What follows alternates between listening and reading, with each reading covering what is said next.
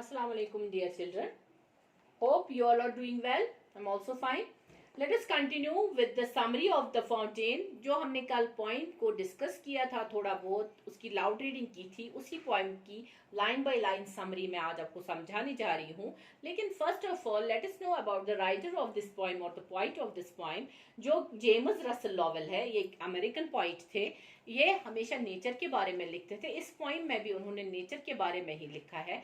ये जो फाउंटेन को इन्होंने डिस्क्राइब किया है, फाउंटेन को इन्होंने बहुत सारी जगहों पे एक कंपैरिजन दिया है. तो ये फाउंटेन की क्या बातें बता रहे हैं हम आज पोएम में पढ़ेंगे. ये फाउंटेन जो मैंने कल भी आपको कल वाले वीडियो में बताया था, जो फाउंटेन है, ये पोएम जो है ये 8 स्टेंजास की पोएम है. 8 सेक्शंस है इसमें.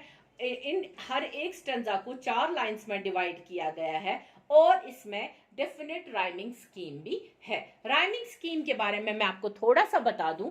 जो राइमिंग स्कीम होती है, ये देखिए बेटा, मैंने आपको इससे पहले भी बहुत बार 4th क्लास में भी 5th क्लास में भी मैं आपको टाइम एंड अगेन ये बताती जा रही हूं कि राइम क्या होता है. राइम होता है, अगर यहाँ पे सनशाइन है, लाइट है, फ्लैशिंग है, नाइट है, इसमें लाइट और नाइट जो है ये आपस में राइम करता है. तो इसमें इसको राइम हम कहते हैं. ये राइमिंग वर्ड्स बन जाते हैं. वैसे ही यहाँ पे स्नो ब्लो, ठीक है, यहाँ पे स्प्रे डे. तो ये सब चीजें इसको आपको ध्यान में रखना है क्योंकि ये एक लिटरेरी डिवाइस है, ये एक लिटरेरी टूल है. इन चीजों को आपको थोड़ा सा ध्यान देना है. तो पहला स्टेंजा है, into the sunshine full of the light leaping and flashing from morn till night. तो इसमें सबसे पहली बात मैं आपको बताऊं, इसमें हर एक स्टेंजा में, ऑलमोस्ट हर एक स्टेंजा में एक्सक्लेमेशन मार्क है. Exclamation mark is this. तो ये चीज जब हम लगाते हैं, एक लकीर उसके नीचे डॉट, वो बेसिकली एक्सक्लेमेशन मार्क होता है. ये एक्सक्लेमेटरी मार्क जो है, ये ग्रामर में भी मैंने आपको बहुत बार पढ़ाया है. इस एक्सक्लेमेटरी मार्क का मतलब है या तो पॉइंट एक्साइटेड है, या तो वो दुखी है, या तो वो कोई न्यूज ऐसी सुन रहा है. एक्साइटेड मीन्स वो बहुत खुश है. तो फिलहाल हम इस एक्सक्लेमेटरी मार्क को ले लेंगे एज एन एक्साइटेड मार्क.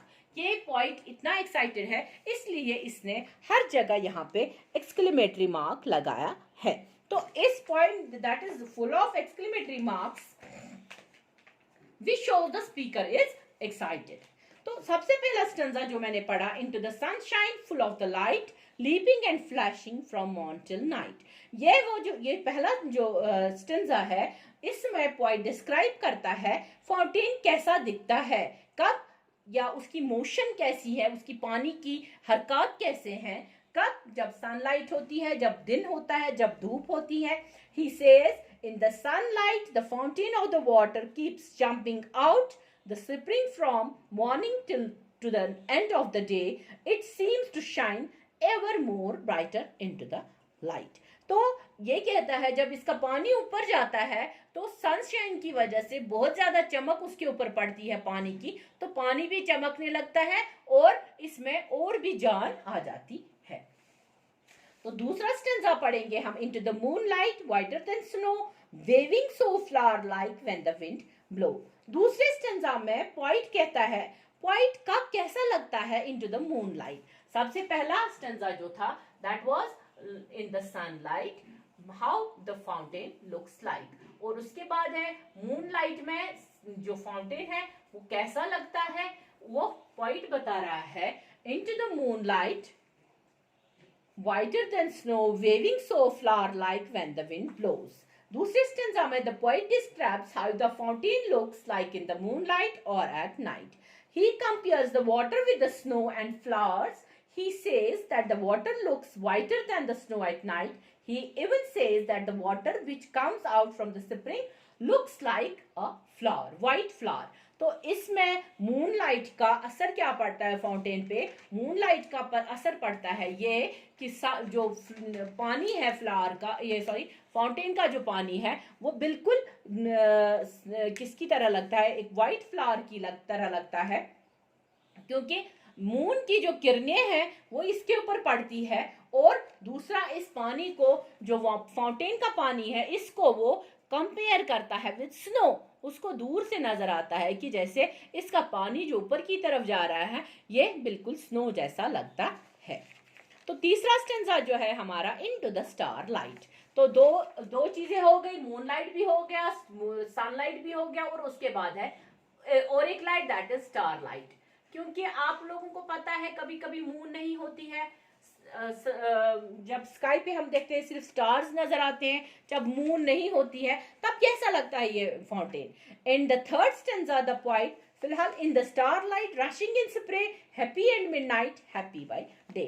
तो in the third stanza the poet describes how the fountain looks as if it is spread. No matter day or night, the fountain stays forever. The poet wanted to be happy like the fountain.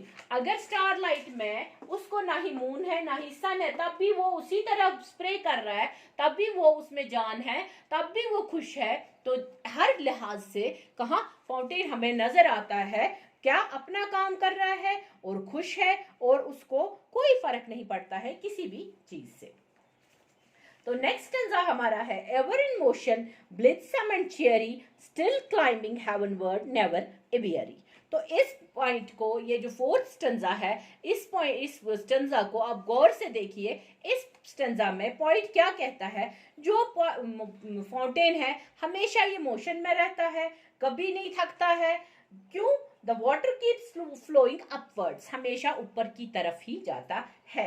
The poet says that the water climbs the steps to the heaven. It says that the fountain is found to be very energetic, to flow all the time, and it has got the power to be happy. Actually ये इसको ups and downs होते हैं। अगर आपने देखा होगा जब मैंने फाउंटेन की पिक्चर कल बनाई थी, एक तो पानी ऊपर भी जाता है लेकिन एट द सेम टाइम पानी नीचे भी आता है। तो ये कौन से है? ये अप्स एंड डाउन्स हमारी लाइफ के हैं। कभी कभी खुशी भी होती है, कभी गम भी होता है, लेकिन इसमें इन सब चीजों में हमेशा हमें क्या करना है, हमें कांस्टेंट रहना, हमें खुश रहना है, ना कि हमें गम में उदास रहने के बाद घर में बैठना है, एवियरी दिखना है, टायर्ड दिखना है, थका हुआ कहना है, लेजी बनना है, ना ही ऐसे हमें करना है। तो यहाँ पे ये जो फोर्थ स्टेंजा है, it's very important for all of us. इसमें ये कहता है ये हर एक चीज जो हमेशा मोशन में रहता है, ब्लिथसम एंड चियरी होता है। ब्लिथसम एंड चियरी मींस बहुत खुश होता है, और स्टिल क्लाइंबिंग हेवनवर्ड्स। हेवनवर्ड्स मींस ऊपर की तरफ, हमेशा हमेशा चाहता है कि मैं हमेशा ऊपर ही उड़ूं, हमेशा ऊपर ही जाऊं। तो ये हमेशा ऊपर ही होता है, नेवर एवियरी, कभी नहीं थकता है। तो इससे पॉइंट को क्या ये इन्फ्लुएंस होता है कि वो चाहता है कि वो भी इस फाउंटेन की तरह ही दिखे, उसको भी फाउंटेन की तरह ही हिम्मत मिले, ये ताकत मिले कि वो कभी थका हुआ नजर ना आए। Now let's come to the stanza 5. Glad of all weather, still seeming best, upward or downward, motion thy rest. No matter what the weather is, the fountain stays happy forever. No matter what the direction is, whether upward or downward, it finds rest and happiness in that. तो यहाँ पे भी fountain के बारे में क्या कहता है, हमेशा ये चाहे ये अपवर्ड हो, आप देखिए अपवर्ड के पानी में भी वही खूबसूरती होती है और डाउनवर्ड वाले पानी में भी वही खूबसूरती होती है। मतलब इसकी लाइफ में भी अप्स एंड डाउन्स आ जाते हैं, लेकिन तब भी ये खुश रहता है, तब भी ये अपनी लाइफ को वैसे ही कंटिन्यू करता है, खुशी में भी और गम में भी। Now, next stanza is full of a nature, nothing can tame, change it every moment, ever the same. The fountain is a part of nature. ये एक कुदरत का एक नजारा है। No one can take it in their own control, or no one can stop it from flowing. It keeps flowing upward. The water flows in a perfect ratio that it always looks similar. तो यहाँ पे भी इसकी consistency दिखाई जाती है। कैसे? जैसे ये ऊपर जाता है वैसे ही नीचे आता है, कोई इसको रोक नहीं सकता है, कोई इसकी खुशी को रोक नहीं सकता है। एक तो इसकी खुशी को हम रोक नहीं सकते, दूसरा ये दूसरे लोगों को भी खुश करवाता है, अपनी खुशी से दूसरे लोगों को भी खुश करवाता है। इसलिए हमें भी अपनी लाइफ में हमेशा खुश रहना चाहिए, चाहे हमारे साथ कोई भी मसला हो, हमेशा हमें खुश रहना चाहिए। और कुदरत के जो हमारे फैसले होते हैं वो इंशाल्लाह हमेशा हमारे लिए सही होते हैं। इसलिए हमें कुदरत के फैसलों के साथ खुश रहना चाहिए और शुक्र हम हमेशा खुदा की तरफ करना चाहिए कि उन्होंने हमें एक इंसान बनाया है, उन्होंने हमें कोई ऐसा चीज़ नहीं बनाया जिसका कंट्रोल किसी के हाथ में है। हम खुद इंसान हैं, हम खुद अपने आप को कंट्रोल कर सकते हैं। So try to be happy in each and every situation. Next stanza is ceaseless aspiring, ceaseless content, darkness or sunshine, thy element. The fountain keeps flowing water upward continuously. It seems as if he is very happy and satisfied by the heights to which the water reaches. Whether it is day or night, the fountain seems to be happy always. It teaches us what the atmosphere of nature is. We should always stay happy. यहाँ पे fountain ये भी कहता है वो ceaseless होता है। Ceaseless mean जो कभी चीज रुकते नहीं हो।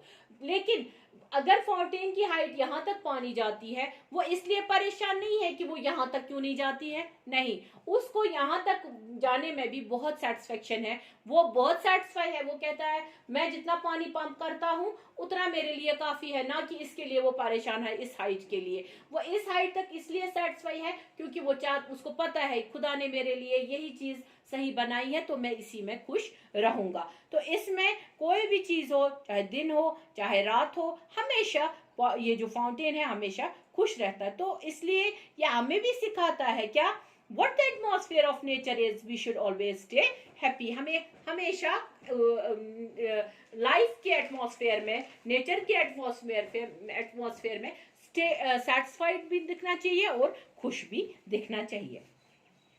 Next stanza, last one stanza जो है ये एक मैसेज है, फाउंटेन हमारे लिए दे रहा है या पॉइंट जो है, स्पीकर जो है, ये हमारे लिए मैसेज है। Glorious fountain let my heart be fresh, changeful, constant, upward like thee.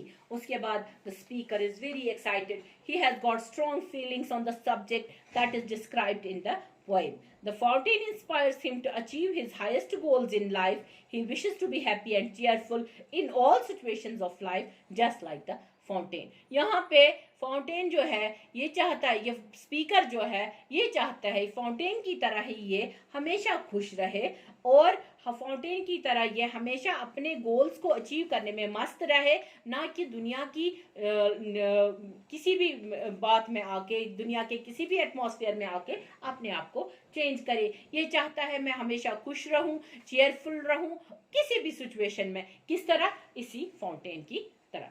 तो मेरे ख्याल से आप लोगों को ये पोएम बहुत अच्छे से समझ में आ गई होगी। अगर आपको समझ में नहीं आती है, वीडियो को आप 3 बार 4 बार 8 बार देख सकते हो और उससे आपको और भी क्लियर हो जाएगा, क्योंकि ये जो फाउंटेन है ये एक सिर्फ लेसन बुक की पोएम ही नहीं है, बल्कि ये हमारी जिंदगी के लिए एक लेसन भी है। हमें हमेशा चेयरफुल रहना चाहिए। इस एटमॉस्फेयर, कोई भी एटमॉस्फेयर हो, गम हो, खुशी हो, कुछ भी हो, हमें हमेशा उसमें खुश रहना चाहिए। तो उम्मीद है आप सबको अच्छी तरह से फाउंटेन का जो ये मीनिंग है, समरी थी या एक्सप्लेनेशन थी, ये आपको समझ में आ गई होगी।